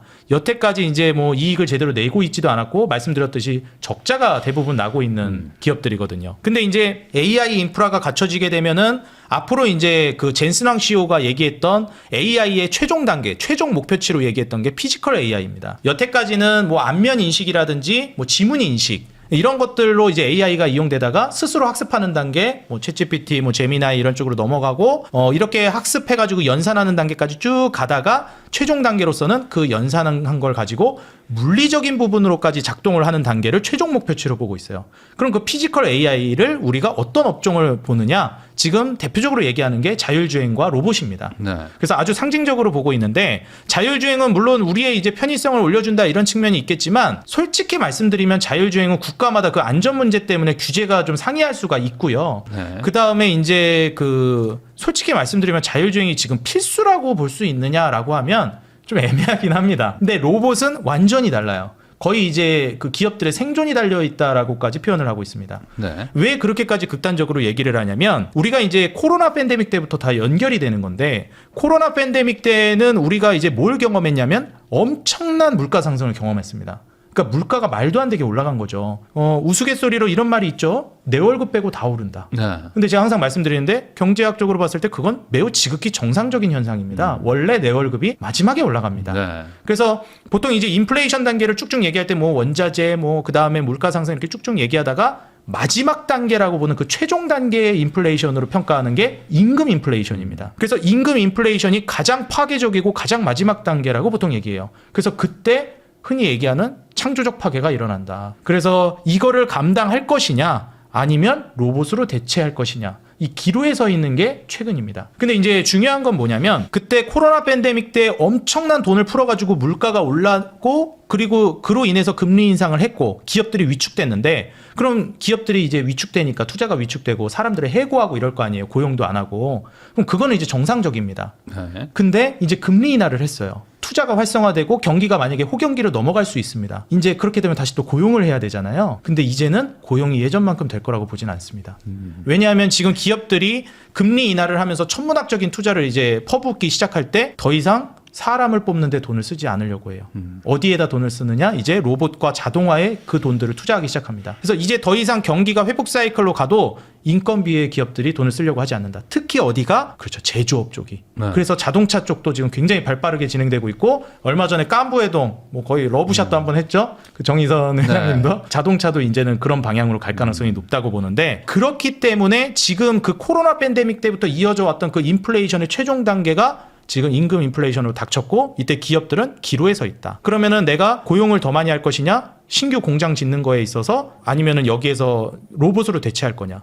뭐 솔직히 말해서 그냥 기존 공장 쓴다 그러면 그냥 다시 노동력 올라갈 수도 있어요. 근데 또 한 번 이제 트럼프가 한번 돌을 던진 게 뭐냐면 이 생산 라인 자체를 완전히 그냥 다 뒤에 엎어버렸습니다. 잘 아시겠지만 트럼프가 이제 리쇼링 정책을 얘기하면서 이제 미국으로 공장을 다시 돌아와라. 그리고 이제 중국을 견제하다 보니까 중국에서도 이제 공장을 뺀다든지 이제 생산 그 저렴한 노동력을 기반으로 해서 생산을 구축하던 그 기존의 질서 자체가 완전히 이제 뒤틀려 버린 거예요. 그래서 뭐 리쇼링 정책 뭐 세제 혜택 오케이 알겠는데 미국 가면은 그 인건비 어떻게 감당하지? 중국이랑 비교도 안 되는데. 그러면은 이제 거기서는 그럼 다 로봇으로 하고 세금 혜택으로 다 돌리고 이런 방향으로 이제 가게 되는데 그러면은 이제 생산기지 재편에 있어서도 마침 기업들 입장에서는 명분이 생긴 거예요. 어차피 이제 공장 새로 지어야 되는데 현대차 그룹도 네. 미국에 공장 새로 지어야 되는데 이번에 짓는 거 자동화로 가자. 뭐 물론 완전 자동화는 안 되겠지만 자동화로 이제 많이 넘어가는 단계로 예전에 100명 필요했다면 사람이 이제 30명 필요하게끔 20명 필요하게끔 이렇게 이제 바뀌어 나갈 가능성이 높다라고 보고 있고요. 그리고 제일 중요한 게 이제 금리 인하 사이클에 맞춰 가지고 그 로봇 섹터가 이제 올라가게 되면은 지금은 아마 적자를 많이 보고 있잖아요. 그러면은 여기서 좀 우려를 하셔야 되는 게 올라갈 건 알겠어. 이제 로봇이 이제 갈 것도 알겠어. 그러면은 투자를 해야 되는데 어디에 투자할 것이냐. 네. 여기서도 저는 리스크가 제약바이오랑 똑같은 맥락입니다. 리스크가 높은 업종이기 때문에 시총 높은 기업들, 안전한 기업들을 좀 보셨으면 좋겠다고 말씀드려요. 이미 돈 잘 벌고 있는 기업들, 뭐 그런 기업들도 뭐 있을 수도 있으니까 그 그렇죠. 안에서 너무 막 지금 뭐 미래 그러면은 산업 기계가 잘 되는 거지 휴머노이드 쪽은 애매한 거 아니에요 지금? 그래가지고 산업기계도 마찬가지고 이제 또 물류 쪽이랑 물류 자동화랑 그 다음에 이제 완전 휴머노이드 로봇을 도입하기 시작하면서 바뀌는 것들을 좀 보기는 하는데 휴머노이드가 어쨌든 이 기술력 측면에 있어서도 좀 높게 쳐주기도 하고 먼저 그쪽으로 가고 있기는 합니다. 그래서 뭐 테슬라 옵티머스라든지 지금 삼성전자도 레인보우 로보틱스 이제 인수하면서 휴머노이드 이제 로봇 산업으로 넘어가려고 하고 있는데 지금 그 제조 단계도 마찬가지고 휴머노이드 로봇 사업을 전개하면서 이제 사람을 대체하는 단계. 그러니까 휴머노이드 로봇 자체가 결국에는 노동력을 대체한다는 개념으로 네. 이제 넘어가게 될 거거든요. 이 지점을 좀 보게 되면은 나중에 로봇 사업 자체는 계속 모두 확장될 거라고 보고 있습니다. 그러면은 지금 로봇 쪽도 뭐 유망하다. 네. 그리고 여기도 어쨌든 제약바이오랑 똑같이 지금 금리 인하 시기에 또 투자금도 많이 필요한 곳이니까 네. 뭐 나쁘지 않아 보인다. 이렇게 정리할 수 있겠네요. 이창대 대표님하고 이야기 나누고 있는데요. 그러면은 결국에 이제 투자를 하려고 하는 이 아이디어가 아직 유동성이 본격적으로 풀리지 않았기 때문에 지금 시장에서 떠날 수는 없다라는 게 이제 시작이잖아요. 그렇죠. 그러면은 어차피 유동성 풀리는 거는 미국도 많이 풀리는 건데 한국 투자 아니면 미국 뭐 소위 말하는 미국장 투자 뭐가 더 낫냐라는 거에 대해서 맨날 이제 여기서 또 이제 갈림길이란 말이에요. 맞습니다. 큰 틀에서 그냥 일반적인 사람들 입장에서는 그럴 거면 아예 그냥 미국장 가면 되는 거 아닌가? 라고 생각도 들 것 같은데 이런 견해에 대해서는 어떻게 생각하십니까? 저는 그거는 솔직히 부정할 수 없다고 생각합니다. 저는 이제 한국 주식을 하고 있고 사업도 하고 있지만은 네. 솔직히 미국 주식이 훨씬 더 용이하고 접근성 좋고 장기적으로 올라가는 거에 있어서 한국 주식이 따라갈 수는 없다고 생각해요. 이건 뭐 당연한 사실이고 네. 특히나 이제 앞서서도 말씀을 드렸지만 지금 한국의 그 환율이라든지 이런 불안감이 상당히 많이 존재하기 때문에 미국 주식을 하는 게 안정성 측면에도 훨씬 높고 그 다음에 장기적인 우상향 측면에서도 훨씬 더 매력적이라고 봅니다. 근데 그러면 한국 주식을 우리가 해야 될 필요가 있나? 이렇게 생각하실 수 있는데 당연히 또 한국 주식만의 매력은 있거든요. 네. 그래서 그럼 우리가 한국 주식의 매력을 어디서 찾아야 되느냐라고 보면 일단 첫 번째로 이제 한국에 지금까지 만성으로 자리 잡고 있었던 그 코리아 디스카운트가 저는 서서히 없어질 거라고 보고 있습니다. 제가 이제 항상 말씀드리는 것 중에 하나가 이 시장이 커지려면 인식이 바뀌어야 된다. 이런 말씀을 많이 드렸어요. 솔직히 뭐 제가 아까 전에 인터뷰 초반에도 말씀드렸지만 부동산은 인식이 좋아요. 근데 주식시장 인식이 안 좋습니다. 벌써 이제 그 생각하는 것 자체가. 네. 그리고 그렇기 때문에 투자자들이 관심을 안 가졌고 국민들의 시선에서 많이 멀어져 있었어요. 근데 이제 코로나 팬데믹을 기점으로 해서 투자자들이 정말 많이 들어왔고 인식 개선에 성공했다라고 저는 생각합니다. 근데 이 인식 개선이 이제 이루어진 지점이 결국에는 한계에 봉착했기 때문에 아주 자연스럽게 됐다라고 봐요. 한국의 경제 성장률이 선진국으로 넘어가면서 이제는 한계에 부딪혔기 때문에 증권시장 활성화는 이제 필수적이다라는 시대적 당면 과제에 이제 왔다라고 보는 것이고 그렇기 때문에 이제 인식이 바뀌었는데 그러면 이제 제일 중요한 거 정치권에서 신경을 안 쓸 수가 없습니다. 네. 이제 우려하시는 분들이 어떤 걸 우려하시냐면 뭐 지금 이재명 정권에서 뭐 주식시장 부양하려고 열심히 노력하고 있고 실제로 국민들이라든지 여론을 굉장히 귀 기울이면서 주식시장 방향을 결정해 나가는 것 같다. 실제로 세금도 부과한다 했다가 막 분위기 안 좋아지니까 네. 네, 일단 안 하겠습니다. 이렇게 얘기 선회를 했잖아요. 네, 그랬기 때문에 이런 거에 대해서는 저도 좋게 보고 이제 긍정적으로 보는 입장인데 이거 그럼 또 정권 바뀌거나 그러면 또 말 싹 바뀌는 거 아니에요? 네. 이런 생각을 하시는 분들이 있습니다. 근데 저는 그럴 거라고 보진 않아요. 이건 여야 진보 보수를 떠나서 똑같이 계속 주식시장은 신경을 더 많이 쓰게 될 거라고 봅니다. 왜 그러냐면 일단 이제 국민들의 인식이 바뀌었다라는 거. 이게 표심이랑 직결이 됩니다. 이제 그 각 대통령들 그리고 정치인들이 부동산 시장에 굉장히 예민하잖아요. 귀 기울이고. 그 이유 자체가 부동산 정책 잘못 냈다가 그냥 전 국민적으로 네. 이제 이게 들고 일어나서 욕을 먹거든요. 근데 이제 주식 시장이 그렇게 될 거라고 봅니다. 그러면 여기서 이런 것도 생각을 해볼 수 있을 것 같아요. 그러니까 미국도 금리를 인하를 하면 결국에는 지금 금리가 뭐 높은 것도 어찌 보면 미국의 좀 투자 유입이 잘 되는 그러니까 돈이 미국으로 쏠렸던 그런 요인이기도 하잖아요. 그럼 네. 반대로 이렇게 미국 금리가 내려가고 하면은 뭐 달러도 좀 약세가 되고 그러면 소위 말하는 이머징 마켓으로 돈이 간다. 뭐 이런 얘기도 있잖아요. 미국장에 있는 돈들이 좀 한국이나 이런 데로 빠져나갈 수도 있으니까 여러모로 국장이 유리하다. 뭐 이런 논리는 또 어느 정도 맞는 걸까요? 이거는? 저도 그렇게 좀 보고 있습니다. 왜냐면 일단 뭐 미국에서도 본격적으로 이제 12월 달에 조기 긴축 종료한다라고 했으니까 금리 인하는 또 금리 인하지만 유동성이 진짜 시작이거든요. 돈 푸는 게. 그래서 아직 뭐 돈을 푸는 것까지는 아니지만 긴축 종료가 시사하는 게 어느 정도 이제 유동성을 내포하고 있는 거기 때문에 실제로 이제 유동성이 진행된다라고 하면 본격적으로 이머징 마켓으로 넘어올 거라고 보고 있고 앞서 말씀드린 것처럼 이제 국민들의 인식이 바뀌면서 정치권에서 이제 신경을 쓰기 시작하는 게 코리아 디스카운트를 해소하는 과정으로 갈 거라고 보고 있습니다. 특히 이제 세금적인 부분이 유리하기는 하잖아요. 그래서 그런 지점 지점으로 이제 외국인들이 들어올 거라고 보는데 현재 상황은 좀 안 좋은 거는 사실입니다. 근데 미래에 이제 좀 장기적으로 봤을 때는 계속해서 좀 한국 시장은 좋을 거라고 봐요. 그리고 한국이 지금 이제 매매해 나가는 데 있어서도 이제 미국 같은 경우에는 큰형님 이제 우량주 개념으로 우량 시장으로 좀 본다면 한국은 이제 중소형주 개념의 시장으로 볼 수 있거든요. 네. 근데 여태까지 이제 미국 중심으로 해서 정말 장기간에 걸쳐서 올라가다가 돈이 유동성이 막대하게 풀려나가기 시작하면 말 그대로 이제 리스크를 좀 더 감내하더라도 공격적인 투자처. 왜냐하면 이미 첫 번째 단계에서 우량주로 큰 손들은 돈을 많이 벌었어요.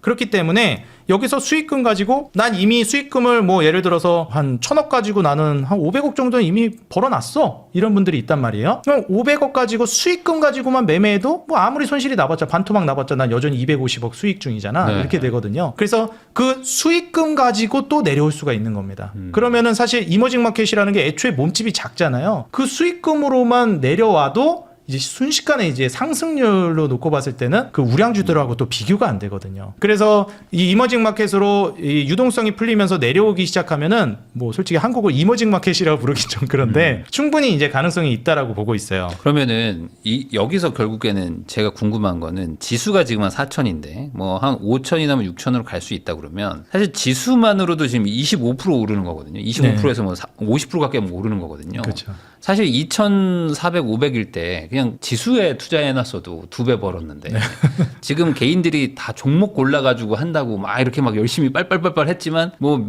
맞춘 분들 몇 명 빼고는 오히려 막 지금 손해보는 분들도 있단 말이에요. 맞아요. 그냥 아예 그냥 그 한국 주식 지수 투자하는 것도 괜찮을까요? 아, 저도 이제 그거 말씀드리고 싶은 게 네. 이게 지금 코스피 불장이라는 평가를 했는데 주식 잔고 이제 분석을 해보면 1인당 평균 손실이 지금 931만 원이라는. 그러니까 오히려 이렇게 좋은 장에 손해를 봤어요. 네, 그러니까요. 그래서 사실 이것도 한국 시장이 난이도가 더 높다라는 거를 이제 증명하는 거라고 생각합니다. 네. 솔직히 이제 사이클 흐르는 거는 비슷하게 가고 오히려 제가 아까 말씀드렸듯이 미국이 먼저 가면 한국은 따라가기 때문에 어찌 보면 공부가 조금만 되면 한국이 더 쉽기도 해요. 네. 사이클 따라서 매매하는 거는. 미국은 그냥 이제 공부가 좀 안 된 채로 그냥 지수 투자하기에 너무 좋습니다. 근데 이제 한국 같은 경우에 좀 공부를 해서 내가 사이클에 조금 타보겠다라고 생각하시는 분들이라면 한국이 굉장히 매력적이죠. 지금 이렇게 손실 난 것도 가는 종목만 갔기 때문에 그래요. 네. 반도체, AI 여기만 가니까. 근데 우리가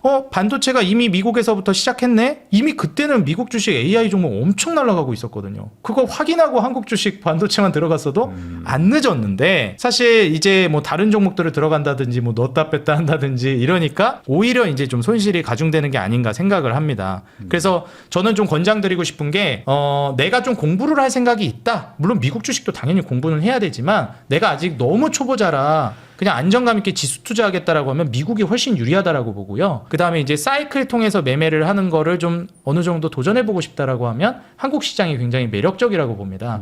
그래서 지금 현 시점에서 수익률 측면을 또 본다라고 하면 미국 주식이 또 워낙에 좋기도 하기 때문에 당연히 그쪽을 가시는 분들이 있겠지만 한국 주식은 이제 단기간에 한번 치고 가는 게 굉장히 강력하거든요. 그래서 그러한 지점을 좀 메리트로 보시면서 공략을 노려보면 좋을 것 같아요. 미국 주식의 고점 논란 이런 얘기들도 뭐 항상 막 나오는데 그 AI뿐만 아니라 그냥 미국 주식 시장 자체가 지금 좀 고점 구간 아니냐 이런 견해에 대해서는 좀 어떻게 생각하십니까?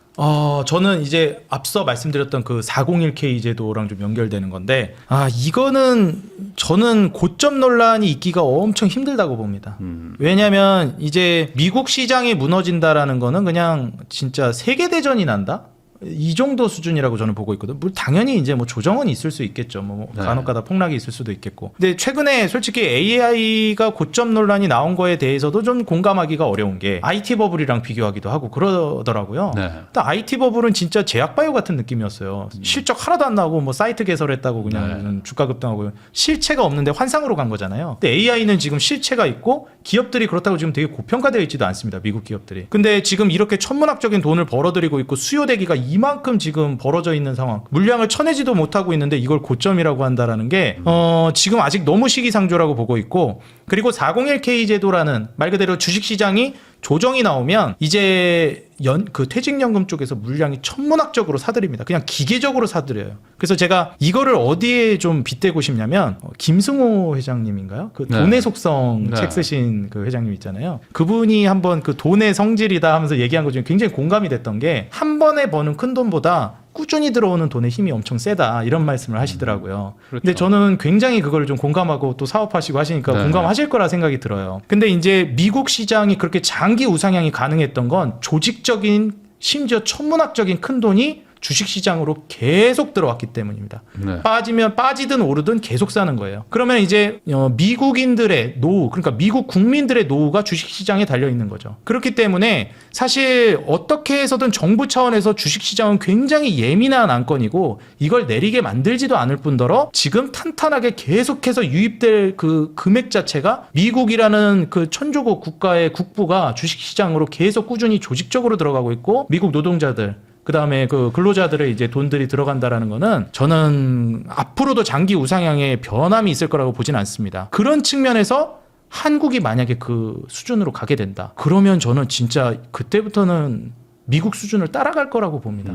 사실 지금 4천이어도 실질적으로 다른 워낙 예전에 눌려 있고 코리아 디스카운트 때문에 그랬던 거지 지금도 뭐 다른 나라들에 비해서 높은 편은 아니잖아요. 지수가. 맞습니다. 그래서 네. 제가 이제 좀 생각하는 건 저의 생각인데 결국 미국이 그렇게 장기 우상향을 했던 데 있어서 그런 조직적인 큰 돈, 그 미국 국민들의 그 퇴직연금이 작용했다라는 걸 우리가 이제 이해하고 있고 국민들의 인식이 그걸 모두 이해하는 과정으로 간다라고 하면 이제 정치인들도 국가 단위에서도 원래대로라면 우리가 옛날을 생각해 보면 그냥 네. 연금제도라는 게 요즘에도 좀 말이 많잖아요. 이거 받을 수 있냐 없냐 가지고도 말이 많고. 근데 예전을 생각하면 그게 맞았다라고 생각합니다. 왜냐하면 예전에는 만약에 지금처럼 미국처럼 우리 이제 연금 걷어가지고 강제로 여러분들 네. 노동해가지고 번 돈에서 월급에서 얼마 정도 비중으로 떼서 주식시장에 넣을 겁니다. 이러면 그때 과연 국민들의 인식이 그걸 공감대가 형성이 됐을까? 네. 저는 그렇게 생각하거든요.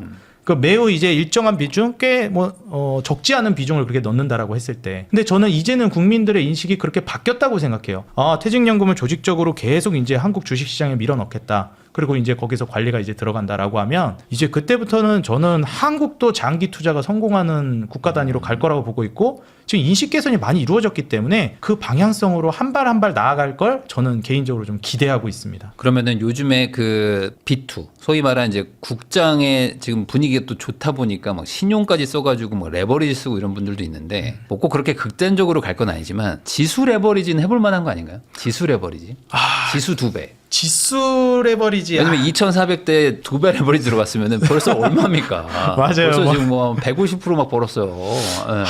제가 이제 레버리지 또 이제 말씀해 근데 지수는 안정적이니까 그쵸. 이런 거에는 한번 레버리지를 써볼 수도 있는 거잖아요. 개별 종목은 너무 위험해도. 맞아요. 만약에 정말 그 이제 주식시장에 그렇게 조직적으로 이제 말 그대로 퇴직연금을 밀어넣는 그런 구조로까지 간다라면 그게 저는 괜찮다라고 봅니다. 근데 한국은 주식시장도 변동성이 꽤나 큰 시장이어가지고 그러니까 지수도 변동성이 꽤나 큰 시장이어서 아직은 저는 좀 권장하지는 않고요. 그리고 레버리지라는 걸 만약에 굳이 한번 써보겠다라고 하시면 그냥 레버리지를 쓰지 마시고 대출을 받아서 하는 걸 말씀드리고 싶어요.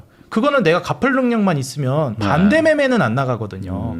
그래서 차라리 시장 제도 안에서 그러니까 증권시장 그 제도 안에서 레버리지 신용 이런 걸 쓰시기보다는 그냥 차라리 뭐 은행 대출을 받아서 투자한다든지 이런 식으로 하는 거는 뭐 컨트롤만 가능하시다면 지수 정도는 나쁘지 않다고 보고요. 그리고 이제 하나 말씀드리고 싶은 거는 지금 현재 한국 주식시장 같은 경우에는 앞으로 이제 뭐 장기 우상향을 할 거다라는 단계로 넘어가기 전까지 부동산이랑은 좀 다르다라는 거를 이해하면서 가셨으면 좋겠어요. 뭐냐면 미국 주식은 진짜 부동산처럼 장기 우상향한다 이런 믿음이 있는데 한국 같은 경우에는 아직 그 믿음이 좀 부족하기도 하고 좀 별개로 봐야 되는 게 부동산은 그래도 이제 실체가 있는 건데 물론 주식도 기업이라는 실체가 있긴 하지만 고위험 투자 상품 중에 하나이기 때문에 저는 현금으로만 하시라고 보통 이제 얘기를 하거든요. 네. 그래서 가급적이면은 아까 말씀드렸듯이 위험이 높은 리스크를 많이 져야 되는 투자는 수익률로 승부를 보시고 그 다음에 좀 안정적인 투자처는 금액으로 승부를 보라고 말씀드리고 싶습니다. 그래서 사실 부동산은 레버리지 뭐 주식이랑 비교도 안 되게 쓰잖아요. 네. 근데 이제 주식은 정말 레버리지를 아예 안 쓴다는 생각을 좀 하시는 것까지도 저는 말씀을 드리고 싶습니다. 그러면은 지금 그 뭐 요즘에 조금 금이 좀 떨어지긴 했지만 뭐 약간 또 다시 또 반등하고 있는데 그 한때 지금 미국도 그렇고 뭐 전반적으로 지금 돈이 너무 많이 풀리고 부채도 많기 때문에 한번 위기가 올 것이다. 라는 그런 논리도 좀 있었단 말이에요. 그래가지고 맞아요. 이제 금이나 뭐 비트코인 이런 걸로 이제 소위 말하는 이제 자산을 좀 피신을 좀 시켜놔야 된다라는 얘기도 있었는데 뭐 길면 6개월 뭐 짧으면 한 2-3달 안에 유의미한 어떤 하락 뭐 이런 것들이 예상되거나 아니면 된다면 어떤 뭐 원인일 것이다 뭐 이런 것들이 있을까요? 저는 솔직히 이제 금 같은 경우에는 앞으로 뭐 가격이 엄청 많이 떨어질 것이다 이렇게까지 보지는 않는 입장이에요. 네. 그리고 이제 금을 그 전략적으로 구비를 하는 그 목적 자체가 세팅이 제대로 되어 있어야 된다고 생각합니다. 저는 이제 금을 어떤 생각으로 이제 투자를 하시라고 말씀을 드리냐면 일단 기본적으로 주식 투자를 해요. 근데 이제 앞서 말씀드렸듯이 조정이 나올 수도 있단 말이에요. 네. 그럼 그 조정이 나왔을 때 추가 매수할 수 있을 만한 물량이 일정 정도 필요한데 그러면 현금이 있어야 되는데 지금 현금이 어떻죠? 자고 일어나면 떨어지고 원화 가치는 더 떨어지고 있습니다. 네. 그럼 그걸 그나마 해칭해 줄 수 있는 게 아무래도 금이다 보니까 화폐 가치 하락을 해칭해 주잖아요. 그래서 금이 절대적인 가격으로 이거를 돈을 벌겠다? 물론 그것도 중요하지만 금을 통해서 내가 비상 상황을 대비한다라는 관점. 비상 상황은 현금만으로 대비하면 가치가 그냥 떨어지는 게 확정이니까 이거는 네. 금이랑 좀 믹스해가지고 저는 전략적으로 이제 구비해 놓으라고 많이 언급을 드려요. 그래서 내가 주식 투자를 하고 있고 안전마진 경제적 에어백을 구축하겠다라고 하면 현금만으로 가져가지 마시고 금이랑 반반 섞어가지고 자산을 구성하시라고 권장을 드리는 편입니다. 그러면은 그러니까 시장의 단기 조정이 올 만한 뭐 그런 요소들은 당장은 잘 안 보이는 건가요? 저는 그걸 이제 결국 시나리오를 어느 정도 생각해봐야 된다라고 이제 말씀드리고 싶은데 제가 생각하고 있는 시나리오를 하나 좀 말씀을 드리도록 할게요. 만약에 조정이 온다면 이런 식으로 올 것 같다. 네, 맞습니다. 네, 만약에 오늘 이것만 알고 가셔도 앞으로 이제 증시 사이클 이해하는 거 10년, 20년 이건 죽을 때까지 투자하면서 이제 써먹으실 겁니다. 네. 그래서 이것만 알고 계시면 더 이상 이제 이거 왜 떨어지는 거야? 이런 당황을 안 하시게 돼요. 그래서 어떻게 보셔야 되는지 제가 말씀을 드리겠습니다. 항상 금리 인하가 이제 진행이 되면은 우리가 앞으로 이제 투자 시장이 활성화된다라는 건 알게 됐어요. 네. 그럼 금리 인하가 올 거를 우리가 알고 있어야 되고 예측을 해야 되잖아요. 네. 그걸 예측하는 방법이 몇 가지가 있습니다. 우리가 보통 이제 그 금리 인하 다시 말해서 뿐만이 아니라 금리를 인상할 때도 우리가 이제 기준금리를 피봇을 한다고 보통 얘기하거든요. 올리던 걸 내리는 걸로 바꾸거나 내리던 걸 올리는 네. 걸로 바꾸는 거. 방향 전환을 하는데도 명분이 필요합니다. 근데 우리가 이제 중앙은행이라는 거, 연준뿐만 아니라 이제 한국은행 같은 경우에도 그렇고 중앙은행들은 결국에는 그냥 뭐 이유 없이 할 수는 없는 거거든요. 기준금리를 결정하는 게. 근데 네. 우리가 중앙은행의 설립 목적이 뭔지를 이제 살펴보면 이해가 되는데 최대 고용 그리고 물가 안정이거든요. 근데 이게 사실 양립할 수 없는 존재입니다. 물가 안정이 되면서 최대 고용, 다시 말해서 경기를 좋게 한다. 경기는 좋은데 물가가 낮다. 이거 정말 어려운 거거든요. 그렇죠. 근데 이제 결국 그럼 연준이나 중앙은행들은 하는 게 뭐냐? 그 중에서 뭐가 더 심각하냐를 봐요. 네. 그래서 지금 먼저 해결해야 되는 거를 봅니다. 그래서 기준금리를 인상할 때도 인하할 때도 핵심 명분이 있고 보조 명분이 있어요. 그럼 핵심 명분은 무엇이냐? 기준금리를 인상할 때는 인플레이션입니다. 이걸 제가 알기 쉽게 말씀드릴게요. 기준금리 인상할 때도 인하할 때도 핵심 명분은 뭐가 돼야 되냐면 큰일 났다가 돼야 됩니다. 네. 야, 우리 지금 괜찮아 뭐 이러니까 뭐 해도 돼가 아니라 야, 큰일 났어. 지금 이거 해야 돼. 안 하면 큰일 나. 이게 명분입니다. 네. 자, 그렇다면 금리를 인상하는 핵심 명분은 뭐가 큰일 났다고 해야지 인상을 할 수 있을까요? 물가가 엄청 올라간다. 그렇죠. 그래서 물가가 인플레이션이 너무 심각하니까 이거를 눌러야 돼. 그래서 금리를 인상해서 물가를 네. 누르자. 이게 이제 핵심 명분입니다. 근데 보조 명분은 뭐냐? 야, 요즘 경기가 좋아. 물론 네. 이제 금리를 인상하면 경기가 좀 위축될 수는 있겠지만 지금 여태까지 많이 좋아졌으니까 조금 누르더라도 물가가 더 심각해. 네. 경기 좀 포기하더라도 물가 잡는데 포커스 맞춰서 금리 인상하자. 이런 결정이 나오는 겁니다. 네. 그래서 무게 중심을 다르게 보셔야 돼요. 경기가 좋으니까 금리 인상하겠네? 그럴 수도 있지만 안할 수도 그게 있다. 핵심적인 명분은 아닙니다. 그거는 할 수도 있고 안 할 수도 있는 거예요. 근데 물가가 너무 심각하잖아요. 이거는 무조건 한다. 거의 뭐 이거는 네네. 웬만해서는 한다고 보셔야 됩니다. 그리고 이제 금리 인하는 반대입니다. 금리 인하는 반대로 작용하니까요. 금리 인하의 효과가 무엇이냐? 물가는 올라갈 가능성이 높죠. 근데 경기가 이제 좋아지겠죠. 그렇기 때문에 큰일 났다가 뭐겠어요? 불경기입니다. 야, 우리 지금 경기 큰일 났어. 지금 난리도 아니야. 야, 이거 당장 안 살리면 우리 진짜 끝장이야. 네. 경착륙이야. 이거 패닉 오는 거야. 이렇게 이제 얘기하면서 불경기 해결해야 되니까 금리 인하하자. 지금 미국도 그런 상황이고 전 세계가 그런 상황입니다. 네. 그래서 이제 보조 명분은 물가 안정. 야, 물가 이 정도면 안정됐잖아. 이런 겁니다. 그래서 최근에도 이제 CPI 미국에서 소비자 물가 지수 발표되면서 예상치를 밑돌았다는 평가가 나왔어요. 물론 셧다운 때문에 지금 지표 발표가 여러 가지가 안 나오고 있긴 하지만 네. 그 직전에 발표됐던 이제 고용 지표가 사실상 진짜 박살이 났다는 표현을 했거든요. 비농업 고용 지수랑 실험, 특히 비농업 고용 지수가 정말 무너져 버렸습니다. 네. 그래서 지금 그렇게 이제 버티고 있던 파월 같은 경우에도 계속 관세 명분으로 들어서면서 이제 뒤로 밀었는데 이건 안 될 것 같다. 금리 인하 해야 된다. 그러면서 얘기했던 게 매파적 인하를 한 거예요. 네.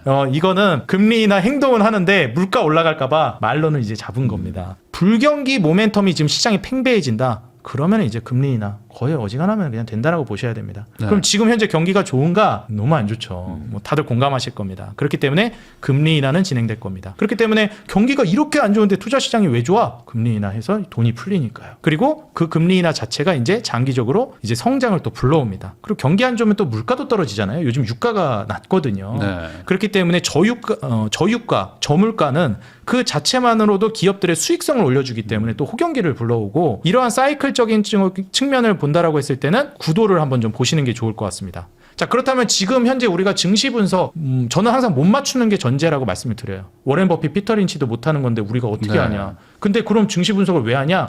우리가 어디에 있는지를 알기 위해서라고 저는 생각합니다. 우리가 지금 이러한 상황에 놓여져 있고 그럼 다음 시나리오는 뭐겠네를 내다보는 거죠. 네.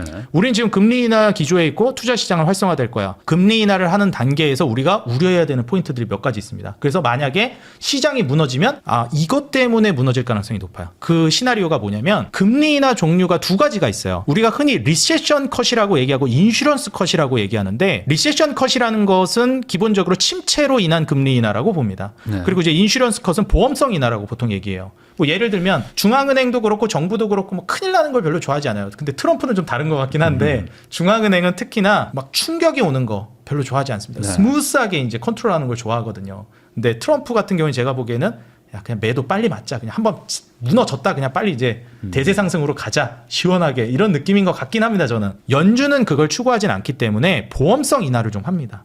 지금 경기가 나쁘진 않아. 좋아. 근데 앞으로 나빠질 것 같네. 분위기가 좀 이렇게 좀 계속 네. 이러네. 그러니까 미리 보험성으로 금리 인하를 좀 해놓자. 이런 식으로 이제 얘기해요. 그래서 2024년 말에 했던 게 인슈런스 컷입니다. 사실상 그때 경기 실제로 굉장히 좋았거든요. 미국 기준으로. 굳이 금리 인하 안 해도 됐는데 했다고 실제로 욕도 좀 먹기도 했습니다. 파월 연준의장이. 근데 보험성 인하를 했고 관세로 인해서 오랜 기간 동결했다가 이번에 이제 금리 인하를 하기 시작했는데 이걸 이제 어떻게 해석하느냐의 차이라고 봐요. 이걸 인슈런스 컷이라고 보는 게 맞느냐. 솔직히 미국 경기가 나쁘진 않는데 지금 리세션 컷으로 보자는 이제 의견으로 좀 가고 있는 것도 있어요. 경기가 고용이 완전 무너져 버렸기 때문에. 그럼 침체로 인한 이제 금리 인하인데 그럼 이제 시장에 어떤 일이 발생할 수가 있냐면 이거는 발등에 불똥 떨어져가지고 빨리 해결해야 된다라는 금리 인하거든요. 금리 인하로 인해서 시장이 좋아질 건 알겠는데 리세션 컷이 오게 되면은 금리 인하로 인해서 오히려 시장이 무너지기도 합니다.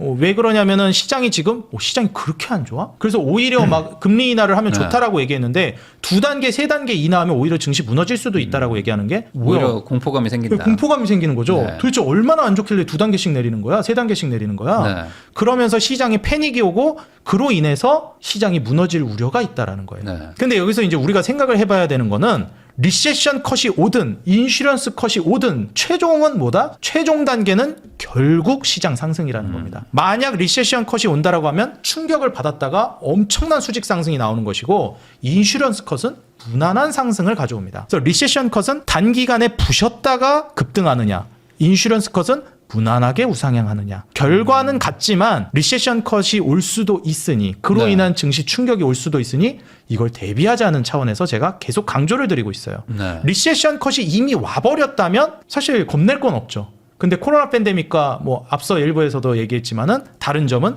리세션 컷으로 인한 폭락이 아직 오지 않았다라는 겁니다.